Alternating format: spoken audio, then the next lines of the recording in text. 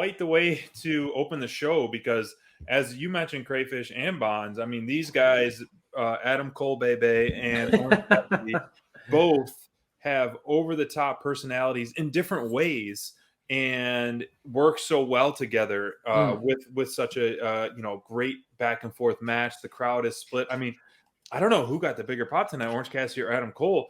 But before I talk about the match, if you didn't watch BTE, definitely go back and watch it because the spray tan party, the stuff that Adam Cole's doing, and the super click is absolutely phenomenal. But one of the things that had me kind of like, what's going on is Trent was showing off his new in-ring gear and to Wheeler Yuta. He's like, oh, I got different logos for each one of you here at Best Friends. And he was showing like the alien and then orange for Orange Cassidy. But then there was a icon of a turd. And he's like, this one's for you, Wheeler. It's a piece of shit. Oh, no. There's already some kind of like, you could see when Trent re-debuted, some kind of like uneasiness or animosity or something. You felt felt it. You did. Yeah, I think that the bigger story, talking about the bigger story, I think it's going to be pretty interesting how that plays out. But what we saw tonight, man, great chemistry in ring together stuff with Orange Cassidy and Adam Cole. What a fun match to watch live. I would have loved to be there because Adam Cole has all the things you want to cheer for, even though he's a bad guy. The ring entrance, the baby, the boom, all the stuff like just to eat up the crowd. And then Orange Cassidy during the match has all the stuff you want to eat up with the hands in the pocket, the light kicks, and all that stuff. The backing up slowly from like showmanship at its finest. But all the showmanship aside, the in-ring work was fantastic, and the storytelling throughout the whole match and after the match to me was absolutely fantastic. And this is what we were anticipating. This is what we hoped for, and it delivered. And I think it delivered and then some with that match, man. So what did you guys think? Man, excellent way to start the show. The chemistry in this match was top notch. You could tell these guys are having just a blast the whole time. Oh, yeah. The whole match, they're having a blast. They're doing all their. They didn't leave anything out of this one. They were just shit in everything. They got everything in, including some cool stuff at the end, which we'll talk about in a minute. But just the match itself, absolutely fantastic, on point. I want to see that again. The first thing I thought of at the end of that match was like, man, I want those guys to run it back because that was just a blast. And that's when you have something special. Orange Cassidy is one of those guys who's a little bit of a niche wrestler, but I think that with somebody like Adam Cole, they have a similar size, similar build. They can do a lot of the same things in the ring together. And they're such different entities that it's fun as well from a story perspective. So I think that they had just a perfect matchup tonight. And this is the kind of stuff I want to see. I want to see Adam Cole continue to get these wins and to do stuff like this and continue to grow as a star. And Orange Cassidy is one of those guys who I don't think taking a loss is going to hurt him too much against somebody like Adam Cole. It never hurts him. That's fair.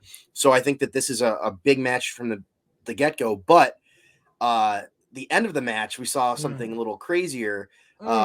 When Kyle O'Reilly made his AEW debut, and the surprise that nobody was surprised about, but man, the Christmas surprise that was not a surprise, but it was a pretty awesome surprise.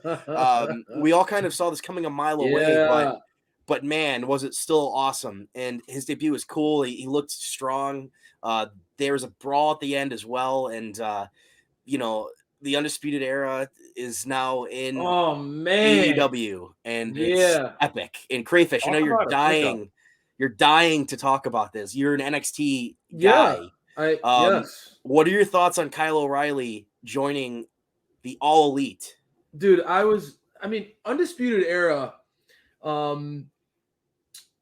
they were holding down a certain level of like independent street cred for WWE for a long time, man. And these guys were setting the bar consistently in NXT. The thing we saw now, they've literally rebranded NXT after this era is gone. Once Adam Cole, Kyle O'Reilly, Bobby Fish, once these guys have left, it feels like a real transition happened because they were the last of a dying breed in that NXT era where it was like, we're bringing in indie stars who have put in the work and built a brand on their own. WWE is now embracing, we want to just kind of mold our own guys in NXT, and we don't want to deal with the Kevin Owens, the Seth Rollins, the Big E's. The Big E's not a great example of that. But there are a lot of these guys that have Sami Zayn, guys who have got their reputation in the independents. They want to have more of their own guys that they're building up through the ranks. Adam Cole and Bobby Fish and Kyle O'Reilly, these guys have a long storied history together, even dating back to Ring of Honor. And I know, Bonds, you and I have a real respect for what Ring of Honor stood for. It's a shame that company is gone. I loved what they did. And a lot of the current biggest superstars in pro wrestling cut their teeth in Ring of Honor. Right. Some of the best in the world. But SPD, I told you last week when Kyle O'Reilly was hinted at that you would gave us a taste. You would quickly become a big fan of Kyle O'Reilly, and I promise you, between this dude's just like his striking, I know you're a big striking guy. Yes. And Kyle O'Reilly's striking combined with his technical ability, he's going to be a quick riser for you as far as a guy you haven't seen a lot of, but you're going to really like him when you see what he can do in the ring. And you add the fact that he's got steez, dude. Like, this dude has just got like this, like, he's just got this coolness to him that it's a weird coolness, like a quirky coolness to him. He became a breakout star in Undisputed Era, so much so that it's weird because you saw the face-off a little tonight, Bonds, with Kyle O'Reilly and Adam Cole. Yeah. These guys didn't end on good terms. Kyle O'Reilly became, honestly, SPD, Adam Cole was such a big egomaniac, right? You and I, we all have seen what he stands for in AEW in a short period of time. The conflict of personalities became inevitable in Undisputed Era because Kyle O'Reilly forced the hand, because he became such a breakout star himself in that group, that people viewed him as an equal to Adam Cole, not a guy who should just build Adam Cole's title reigns for him. Adam Cole was one of the greatest NXT champions in history, and a big part of that was because of Roderick Strong, Bobby Fish, and Kyle O'Reilly.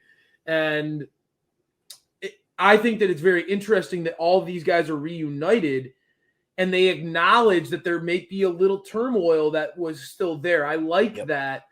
And it looked like they were also hinting at a little turmoil with the Bucks. Where do the Bucks stand with this new alliance? That's very Could interesting. Kenny eventually come back with the Bucks and eventually go against the Undisputed Era? Dude, there's so much to unpack here into going into 2022.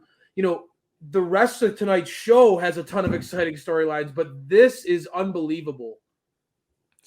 Man, is it ever? Like you mentioned, like, we could talk and dissect, I think, the whole end of that match for like an hour, because I have so many questions of like where you go with the Bucks. Like, I would love for them to be back as baby faces, but I'm loving this heel side of them so much on both BTE and just like leaning into all the danglies and all that. But it's very interesting. I think ultimately Adam Cole is gonna push the Bucks aside and kind of stick to his OG's, most recent kind of like clan. And I think that would be really interesting to have Adam Cole lead away. But I think it would have been a great booking situation where Kenny Omega and the Bucks versus those three. But obviously that's too soon. It will happen one day. But where you go from that, does Adam Cole and Undisputed kind of like beat down the Bucks so much and just go on this like amazing rampage where like the Bucks could shut off TV for a bit of it, with Kenny Omega, then ultimately have this ultimate comeback of Kenny Omega and the Bucks as like red hot baby faces, or what, man? There's a lot of meat on the bones, as you always say. Yeah, Bonds, what do you think? Well, Kenny set up the Adam Cole betrayal anyway by kind of insulting him. So I think what's cool is that they set that up before, Kyle O'Reilly was even hired. And I think that they kind of knew what was coming. and they probably kind of had like, okay, like he's gonna be here soon, and everybody knows it's gonna be a money feud. Mm-hmm. So having Kenny set that up, you can set that up in a way where Adam Cole is the baby face, and they're the baby faces as well. You could do it either way, which is fun. I think that there will be a massive pop for Kenny when he's back, but Adam Cole's getting all these cheers now, even against guys like Orange Cassidy.